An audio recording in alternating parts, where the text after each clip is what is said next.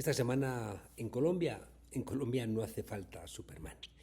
La que quizá haya sido la noticia política más relevante de los últimos tiempos en Colombia ni siquiera ha aparecido en los principales diarios del país. En una convención este sábado pasado, los principales partidos de la izquierda colombiana han decidido disolverse y juntarse en una nueva formación política de izquierdas, con un claro ideario anticapitalista, ecologista, feminista, comprometido con terminar con las desigualdades de raza, soberano, antiimperialista. Un nuevo partido político unitario que se llama Pacto Histórico y que, como ha recordado el presidente Petro, debe ser un partido movimiento. ¿Por qué lo han silenciado El Espectador, Tiempo, Semana o Caracol lo ha convertido en una anécdota? Pues seguramente por lo mismo por lo que la prensa de derechas en España, es decir, casi toda la prensa, no ha informado de que, según la imputación de un juez, el ministro de Hacienda de José María Aznar y de Mariano Rajoy, y cuyo equipo estaba ahora asesorando al actual líder Núñez Feijóo, es decir, hablamos de Cristóbal Montoro, pues resulta que recibía dinero de empresas para hacer leyes que les hicieran a esas empresas pagar menos impuestos. Es decir, legislaban a su interés. O también utilizaban a la agencia tributaria para perseguir a adversarios políticos y lo que salga. A día de hoy el ganador parece en las encuestas, las próximas elecciones pues será el Pacto Histórico con el impulso del presidente Gustavo Petro. La creación del Pacto Histórico ha culminado el esfuerzo de años.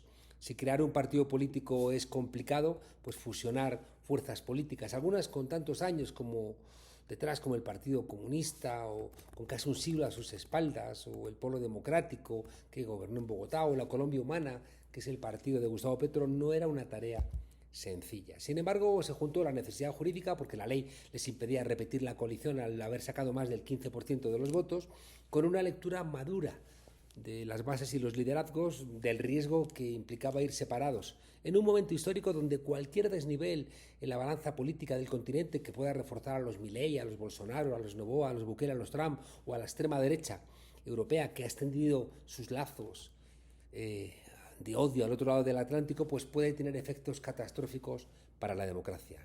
Es un lugar común en la izquierda colombiana entender que el regreso de la derecha al país podría generar una venganza que recordaría a los momentos más oscuros de la historia del país. No olvidemos que la derecha colombiana, es decir, grupos paramilitares, narcotraficantes, incluso algunos sectores del mismo Estado colombiano, ya asesinaron a más de 6.000 líderes y militantes de la Unión Patriótica en apenas 2 décadas. Además de 2 candidatos presidenciales de la Unión Patriótica, fue baleado también en un avión Carlos Pizarro, que era el candidato presidencial del M-19 después de entregar las armas. El grupo guerrillero al que perteneció el presidente Gustavo Petro y padre de la senadora y candidata del pacto María José Pizarro. El pacto histórico ha sido capaz de ir ajustando el proceso para que todas las partes encontraran su espacio. Era esencial que todos los partidos sintieran que tenían las mismas oportunidades, que nadie reclamara más de lo que le correspondía en virtud de su fuerza, y de la misma manera que la sensatez se notara en que los fuertes no hicieran uso de su fuerza para someter a los más pequeños. Los liderazgos, a los que siempre hay que atender en sus objetivos porque tienen la capacidad de arrastrar tras de sí a sus organizaciones, han quedado todos razonablemente contentos, haciendo valer eso de que el que gana no lo gana todo y el que pierde no lo pierde todo. En los acuerdos está, dentro del pacto histórico, el llevar listas cerradas al Senado y a las cámaras en las regiones donde hayan logrado más del 15% del total de votos. ¿Cómo será el orden de esas listas? Pues en virtud de los votos que saquen los aspirantes en la consulta interna del partido, que será el 26 de octubre, en donde podrán participar, como decíamos, los colombianos que así lo deseen. Ese orden tendrá forma de cremallera, un hombre y una mujer en cada fila, y luego también tendrá que ser finalmente paritaria, es decir, deberá tener el mismo número de hombres y de mujeres. Hay otro acuerdo importante. En Colombia la Cámara más relevante constitucionalmente es el Senado. ¿Y quién encabezará la lista del Senado? Pues la cabeza de lista del Senado será elegida de entre una terna por el comité político del pacto, para que al final puedan escoger la persona que consideren que va a tener más tirón, más arrastre electoral. Ese comité estará conformado por los diferentes delegados de los partidos fundadores, y han estado asistiendo los precandidatos y precandidatas. Ese trío estará compuesto por el hombre y la mujer más votados entre los precandidatos al Senado, al que se sumará el precandidato presidencial que obtenga la segunda votación más alta en la consulta. Tiene sentido, porque sería absurdo perder un cuadro valioso como los que se presentan. ¿Y por qué no el resto? Bueno, pues porque otra de las reglas para evitar que todo el mundo se presentara de precandidato con la intención de aprovechar para ser más conocidos, es que los que se presenten y no salgan, es decir, que pierdan, pues ya no podrán presentarse a las elecciones en las cámaras. Por eso, para algunos de los precandidatos que pueden perder en la presidencial, pero que son valiosos, pues se les reserva como una medida para no desperdiciar recursos ni talentos puestos en alcaldías, dentro del futuro gobierno, en las cámaras. Es decir, como decíamos, que el que pierda no lo pierda todo. Empieza a funcionar en el pacto histórico una suerte de entendimiento compartido que dice que los que respeten lo más importante, que es la unidad del proyecto, tendrá cabida en el proyecto. Y por el contrario, quien juegue por libre será castigado.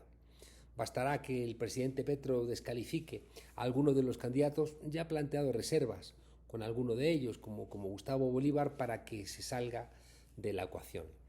Electoralmente hay dos momentos esenciales en los próximos meses. Uno será, como decíamos, en octubre, donde las fuerzas dentro del pacto histórico se medirán para ver quién concurre como la candidata o el candidato del pacto a las elecciones presidenciales de mayo del 26. Será una elección donde podrá participar toda la ciudadanía.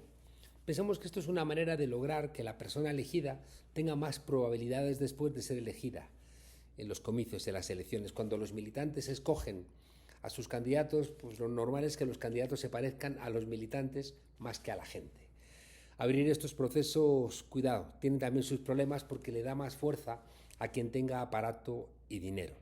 En estas elecciones internas no suele participar mucha gente porque el interés que despiertan es menor. Por eso quien maneje un aparato, militantes que pueda movilizar el voto, quien pueda pagar autobuses, publicidad, recursos electorales, gana ventaja.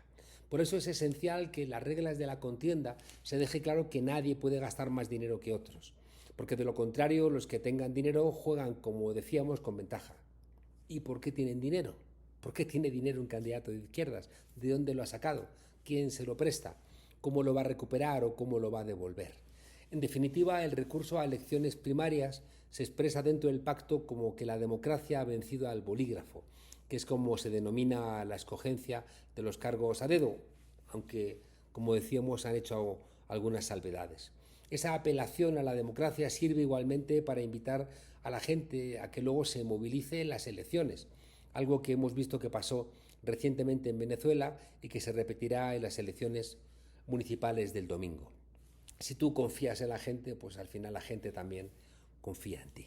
El segundo momento electoral en Colombia será en marzo, donde la candidata o el candidato ganador del pacto histórico de ese grupo propio de la izquierda se enfrentará a otra elección para configurar un frente amplio, donde ahí se presentarán también el santismo, es decir, una derecha, pues es verdad, más moderada que la uribista, pero derecha.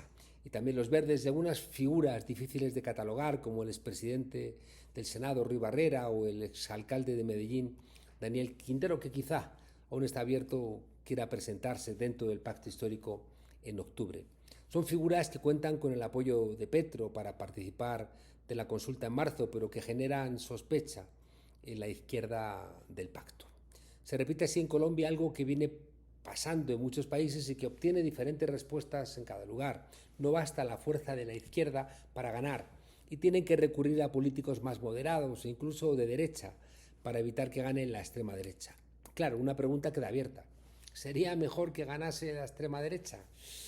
En el caso de Colombia sería casi sin duda una frivolidad que defenderían solamente los que tuvieran posibilidades de salir del país. Los diferentes partidos que integran el pacto histórico son la Colombia Humana, como decíamos, el Polo Democrático, el Partido Comunista de Colombia, la Unión Patriótica, Progresistas y la Minga Social Indígena también se han incorporado, aunque están esperando que les concedan la personería jurídica. Los precandidatos que hasta ahora se han postulado son la senadora María José Pizarro, que es la hija, como decíamos, de Carlos Pizarro, el candidato presidencial del M-19 asesinado. María José Pizarro fue quien le puso la banda presidencial a Petro en la ceremonia de asunción de la presidencia. Y es curioso en estos días que la candidatura de Pizarro ha sido ocultada por la revista Semana o por el diario El País. ¿Por qué? Tendrán ellos que explicarlo. Está también la exministra de Salud, Carolina Corcho, una mujer con muchísima presencia entre los movimientos sociales, con mucho apoyo en esas organizaciones, especialmente las educativas. Está la senadora de la Colombia Humana, Gloria Flores, una persona muy respetada también y esencial para conseguir el proceso de unidad. Está el ex embajador en Argentina, Camilo Romero, la exministra de Ambiente, Susana Muhammad, que acompañó a Petro en su día en la alcaldía y a la que se le reconoce su experticia en algo tan relevante como los asuntos medioambientales. Está el exalcalde, decíamos, de Medellín, Daniel Quintero, quien tiene el problema de tener juicios pendientes, y también el que fuera director del Departamento Administrativo de la Prosperidad Social, Gustavo Bolívar, que a día de hoy despunta en las encuestas. Todos están esperando a la sentencia que se dicte contra Álvaro Uribe. ¿Por qué? Porque quien le ha sentado en el banquillo ha sido el senador Iván Cepeda, quien, de ser condenado Uribe, pasaría de inmediato a ser un candidato con muchísima fuerza y que concitaría el apoyo de la práctica totalidad de los candidatos del pacto histórico. La derecha, por su parte, anda dividida. Se presentará seguro la periodista ultra del semanario Semana, Vicky Dávila, y también el exalcalde de Medellín y exgobernador de Antioquia, Sergio Fajardo. Se está articulando con la ayuda de los medios una cierta necrofilia en torno al candidato Miguel Uribe, todavía hospitalizado y sobre el cual hay un gran secreto, y que fue víctima de un atentado que, por los intentos de inmediato de imputárselo al gobierno de Petro, pues permiten intuir de dónde vino. Lo que finalmente haga la derecha también influirá en el curso de la izquierda, por ejemplo, si quien se presenta por parte de la derecha es una mujer o un hombre. Estamos, dice Naomi Klein, en el fascismo del fin de los tiempos, dirigido por un puñado de individuos que piensan que se pueden salvar ellos solos y que están dispuestos a reventar el planeta. Cuando gana la derecha lo hace con la motosierra en los últimos años. En Argentina acaban de privatizar el agua. En Estados Unidos vemos que golpean a diario, detienen, encarcelan y, llegado el caso, deportan a quienes protestan por lo que sea, especialmente por las deportaciones. En Ecuador vemos que las bandas criminales campan por su respeto si se persigue a la izquierda. En Panamá se suspende el Estado de Derecho y en El Salvador hace tiempo que no funciona. Si la izquierda perdiera en Colombia, es probable que se regresara a los tiempos sombríos. Nos contaba recientemente Ignacio Ramonet que el último Superman se ha vuelto sensible, progresista y antitrumpista. Habrá que celebrarlo, aunque mientras que decide el hombre de la capa viajar al sur a solucionar problemas, yo prefiero contar con las propias fuerzas de cada cual en cada país. A los venezolanos encerrados en las cárceles de Bukele no los ha devuelto Superman ni el Capitán Marvel, sino que los ha regresado al país el gobierno de Maduro y su pueblo, que ha estado empujando en la calle muy enfadado por la situación creada por el loco de Trump. Por eso hay que celebrar que la izquierda colombiana haya optado por la unidad y por tomar las riendas de su propia responsabilidad, nunca mejor dicho, responsabilidad histórica.